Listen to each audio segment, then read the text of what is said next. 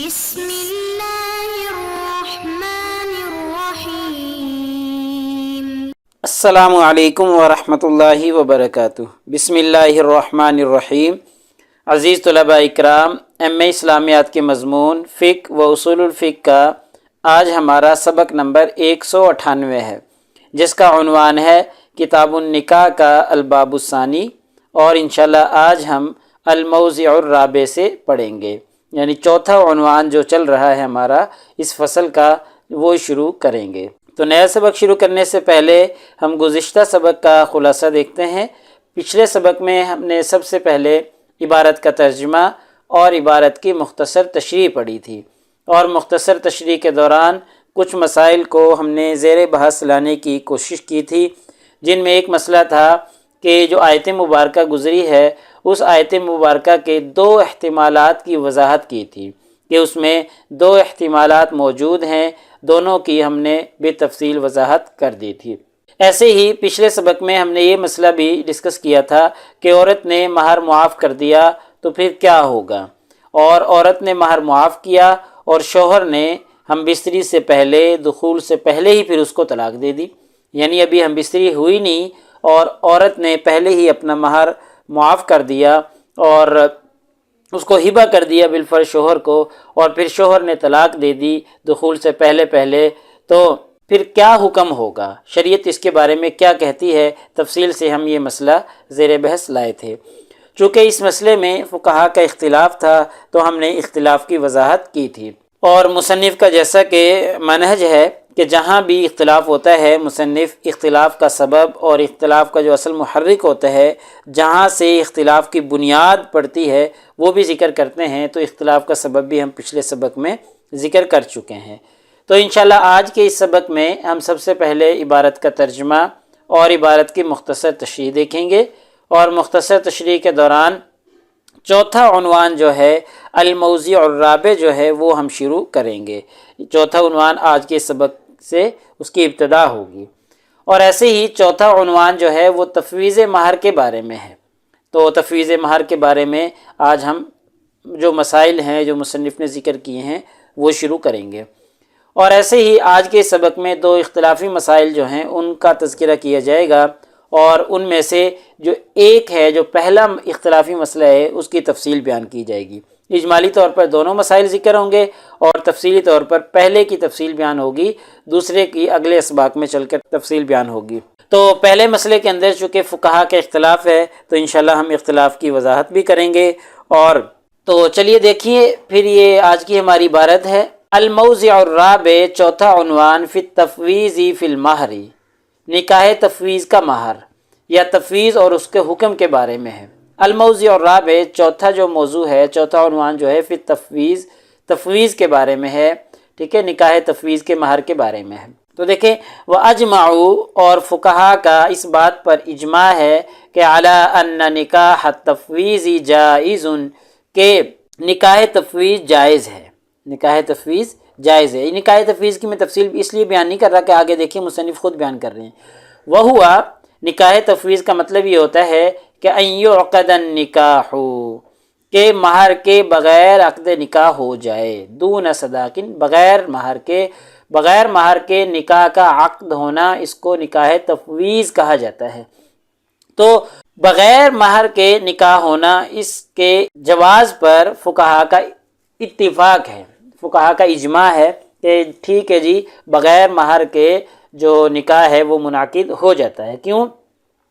لقولہ تعالی، کیونکہ اللہ تعالیٰ نے فرمایا ہے لا جناح علیکم ان طلقتم النساء ما لم تمسوہن او تفرضوا لہن فریضہ،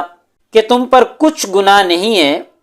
کہ اگر اپنی عورتوں کو طلاق دے دو قبل اس کے کہ ان کو ہاتھ لگاؤ، یعنی ان کو ہاتھ لگانے کی نوبت ابھی آئی نہیں ہے، ان کو چھوا نہیں ہے، ان کے ہم بستری نہیں کی اور ان کو طلاق دے دی، او تفرضوا لہن فریضہ، یا مہر مقرر کرنے سے پہلے،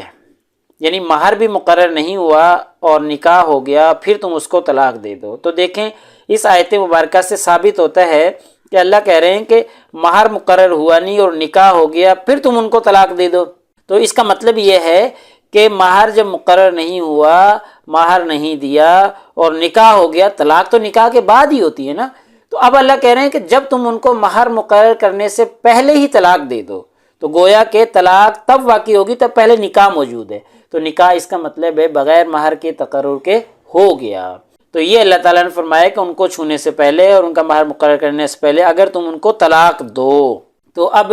مہر کا تقرر ہوا نہیں، طلاق ہو رہی ہے، تو طلاق سے پہلے نکاح کا وجود لازمی ہے، تو اس کا مطلب ہے پہلے نکاح ہوا ہوگا۔ تو اس آیت مبارکہ سے یہ ثابت ہوتا ہے، یہ ان کی دلیل ہے فقہا کی، کہ نکاح تفویض جو ہے وہ جائز ہے، یعنی بغیر مہر کے نکاح کرنا جائز ہے، اس کا انعقاد ہو جاتا ہے۔ واختلفوا من ذلک فی موضعین، دو جگہوں میں فقہا کا اختلاف ہے، دو مقامات پر علماء کے درمیان اختلاف واقع ہو گیا ہے، یا دو اختلافی مسائل جو ہیں جو ہم نے پیچھے اجمالاً میں بات کی تھی۔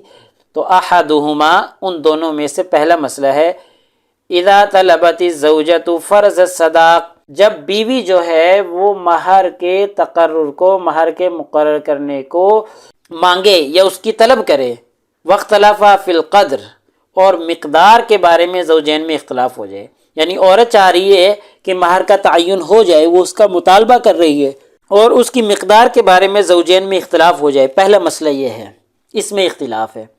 الموضع الثانی، دوسرا جو موضوع ہے، اذا مات الزوج، جب شوہر کی وفات ہو جائے، ولم یفرض، اور مہر ابھی مقرر نہیں ہوا تھا، هل لها صداق ام لا، تو کیا اس عورت کو مہر ملے گا یا نہیں ملے گا؟ کہ اس کی صورت مسئلہ یہ ہے کہ مہر مقرر ہوا نہیں تھا، نکاح ہو گیا اور نکاح کے بعد شوہر کی وفات ہو گئی، شوہر کی وفات ہوئی اور مہر مقرر ہوا نہیں ہے، تو اب کیا اس عورت کو مہر ملے گا یا نہیں ملے گا؟ یہ دوسرا مسئلہ ہے، اس میں بھی فقہا کا اختلاف ہے، ٹھیک ہے؟ تو یہ دو موضعین ہیں، دو جگہ ہیں جہاں پر فقہا کا اختلاف ہے۔ تو آگے دیکھیں، فَأَمَّا الْمَسْأَلَةُ الْأُولَى، پہلا مسئلہ جو ہے کہ عورت کی طرف سے مہر متعین کرنے کا مطالبہ کرنا، کہ عورت مطالبہ کر رہی ہے کہ مہر متعین کر دیا جائے، یہ اختلافی مسئلہ تھا، پیچھے ہم اجمالاً دیکھ چکے ہیں، اب تفصیل بیان کرنے لگے ہیں مصنف۔ پہلا مسئلہ کیا ہے؟ وَهِيَ إِذَا قَامَتِ الْمَرْأَةُ تَطْلُبُ أَن يَفْرِضَ لَهَا مَهْرًا، کہ عورت جب مہر متعین کرنے کا مطالبہ کرے، یعنی اذا قامت المرأة تطلب، عورت مہر کا مطالبہ کرے، ان یفرض لها مہرا، کہ اس کے لیے مہر متعین کر دیا جائے، تو اس میں اختلاف ہے، فقہا کے مختلف اقوال ہیں۔ فقالت طائفۃ،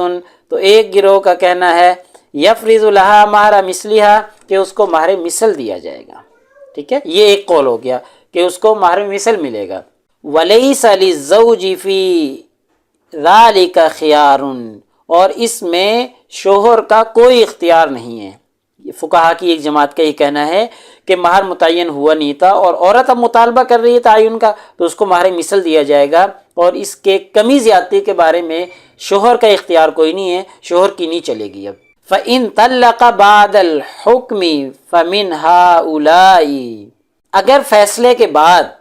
پھر اس شوہر نے طلاق دے دی،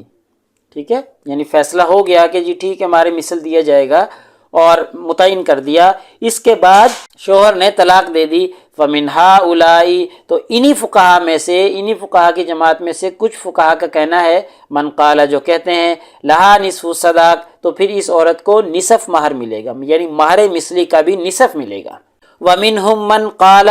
اور ان میں سے ہی بعض فقہا ہیں وہ کہتے ہیں لَيْسَ لَهَا شَيْءٌ، اس کو کچھ بھی نہیں ملے گا،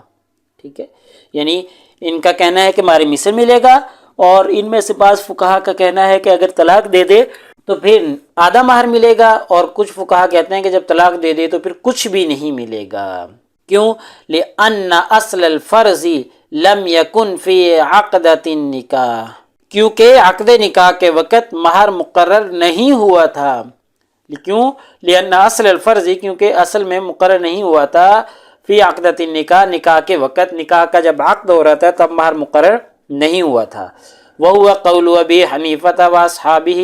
یہ قول جو ہے امام ابو حنیفہ رحمہ اللہ اور ان کے اصحاب کا ہے۔ یہ جو ہم نے پیچھے ذکر کیا نا فقالت طائفۃ سے، یہ قول امام ابو حنیفہ اور ان کے اصحاب کا ہے۔ وقال مالک وأصحابه، امام مالک رحمہ اللہ اور ان کے اصحاب فرماتے ہیں الزوج بین خیارات ثلاث،